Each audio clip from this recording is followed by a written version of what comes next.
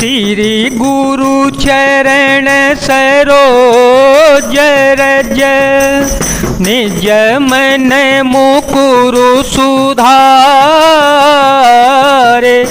बरन हो रघुबर विमल यस जो दायक फल चारे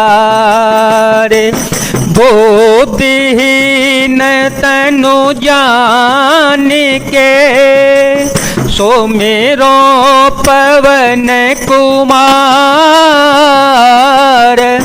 बल बुद्धि विद्या दे हो मोहि हर हो कलेश विकार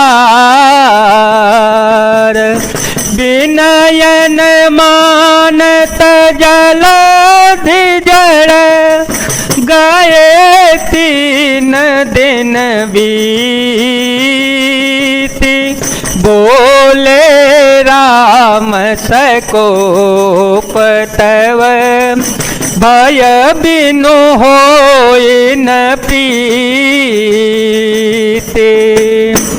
इधर 3 दिन बीत गए किंतु जल समुद्र विनय नहीं मानता।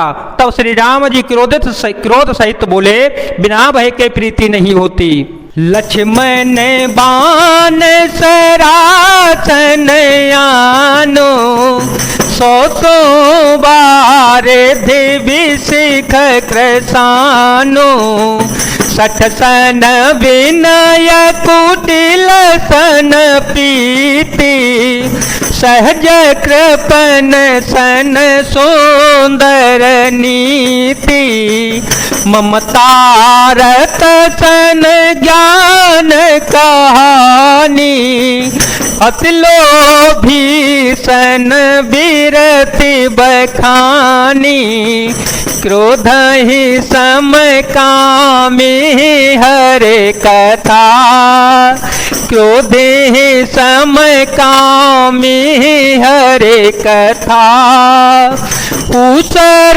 बीज बहे फल जथा।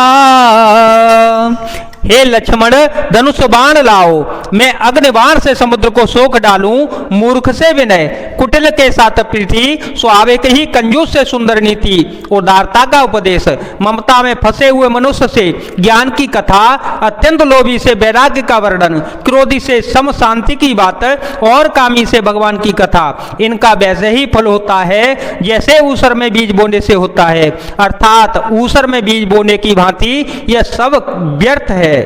हस कहे रघुपति चाप चढ़ावा हस कहे रघुपति चाप चढ़ावा यह मत लक्ष्मण के मन भावा संधाने प्रभु विशिख कराला संधाने प्रभु विशिख कराला उठियो ददेओ अंतर ज्वाला मकरयो रग झस गनय कोलाने मकरयो रग झस गनय कोलाने जरत जंतु जल निधि जव जाने जरत जंतु जल निधि जव जाने कनक थार भरे मनि गण नाना विप्रोप आयो तजे माना विप्रोप आयो तजे माना। ऐसा कहकर श्री रघुनाथ जी ने धनुष चढ़ाया। यह मत लक्ष्मण जी के मन को बहुत ही अच्छा लगा। प्रभु ने भयानक अग्निबाण संधान किया जिससे समुद्र के हृदय के अंदर अग्नि की ज्वाला उठी मगर सांप तथा मछलियों के समूह व्याकुल हो गए। जब समुद्र ने जीवों को जलते हुए जाना, तब सोने के थाल में अनेकों मणियों रत्नों को भरकर अभिमान छोड़कर वह ब्राह्मण के रूप में आया। कांटे पाई कदरी फरई, कोटि जतन को सींच,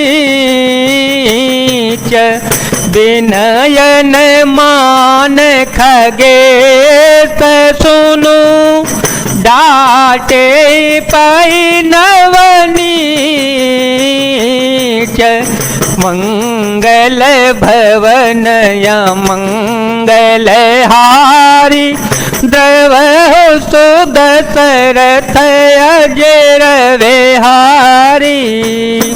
कागभूषण जी कहते हैं, हे गरुड़ जी सुनिए, चाहे कोई करोड़ों उपाय करके सींचे, पर केला तो काटने पर ही फलता है। नीच विनय से नहीं मानता, वह डांटने पर ही झुकता है, रास्ते पर आता है। सभय सिंधु गहि पद प्रभु के रे, सभय सिंधु गहि पद प्रभु के रे, क्षमहु नाथ सवयव गुण मेरे, गगन समीर अनल जल धरनी, गगन समीर अनल जल धरनी, इनका नाथ सहज जड़ करनी।